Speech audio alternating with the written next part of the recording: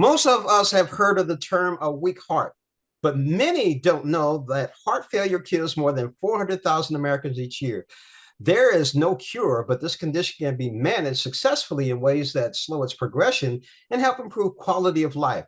Today I have Nancy Rajanen, has heart failure but leads a full active life thanks to a small implantable device.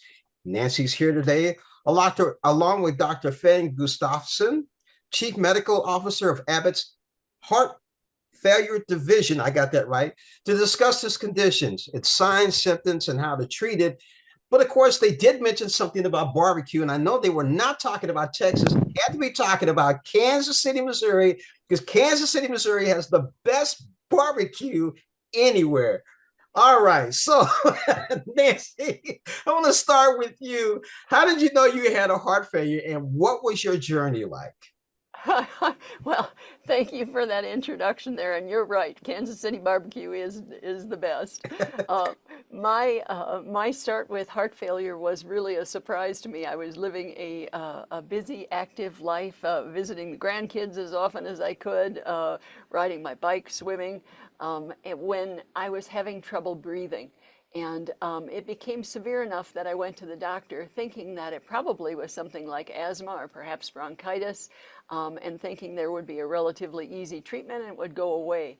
But in fact, they identified something called heart failure, which has me working with a cardiologist who, not in addition to providing medications for me, has recommended a monitoring device which sits inside my body and helps my doctor office keep track of my heart on a daily, real-time basis. Doctor, what are the symptoms of heart failure, and what should people ask their doctor if they're experiencing these symptoms?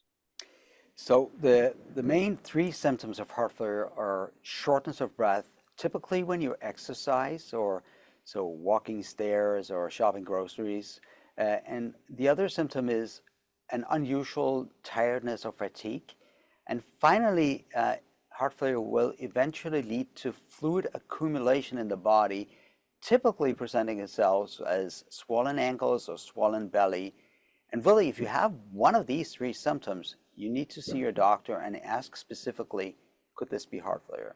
There are 7 million people in the US living with heart failure, and almost half of them are not even diagnosed. So it's a tricky disease, and it really to diagnose, and if you're not aware of it, so it's really important to ask specifically your doctor, can this be heart failure? Get a referral to a cardiologist who can then do a cardiac or heart ultrasound and determine is this heart failure or not.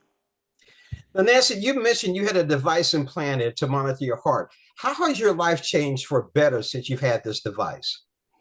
The main thing that it's done is keep me out of the hospital because the doctor is able to get data about my heart before it becomes symptomatic or before it becomes too severe.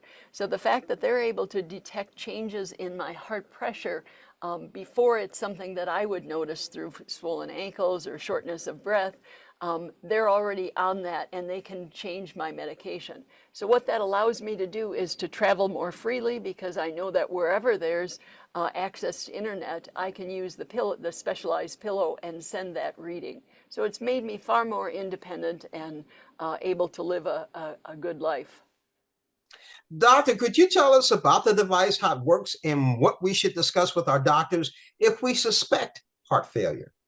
Yeah, thank you. Yeah, so the Abbott CardioMEMS is a small pressure sensor that is implanted with a catheter through a vessel either in the groin or in the neck. So under local anesthesia, typically you go back from the hospital the same day. Procedure takes about 45 minutes.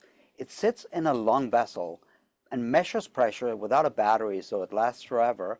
And it really sends the pressures to the specialized pillow, as Nancy is mentioning, that goes through a secure line to a safe website in the doctor's office. The doctor can look at the pressures, and the pressures are going up. This happens several weeks before symptoms develop and before the risk of needing to go to hospital with fluid overload occurs. That means we can change the medications for a period of time, get the pressures back down, and make sure that no symptoms evolve. And really, the questions to ask is if you have heart failure, and you're on treatment for it, is to ask if monitoring with a CardioMEMS, could this be an option for me? There is a new national coverage determination which enables Medicare and Medicare Advantage patients to have reimbursement for this or have this covered, this treatment, and if you fulfill certain criteria. So it's important to have that direct conversation with your cardiologist if you have heart failure. Now, where can our audience go to learn more? There's a website called domoreforheartfailure.com, which really contains a lot of information about the disease, diagnosis, and treatment options, including CardioMEMS. I've been speaking with a young Nancy Rajanen and Dr. Finn Gustafson. We were talking about heart failure, and we're all going to get together and have some Kansas city barbecue real soon. I promise you that.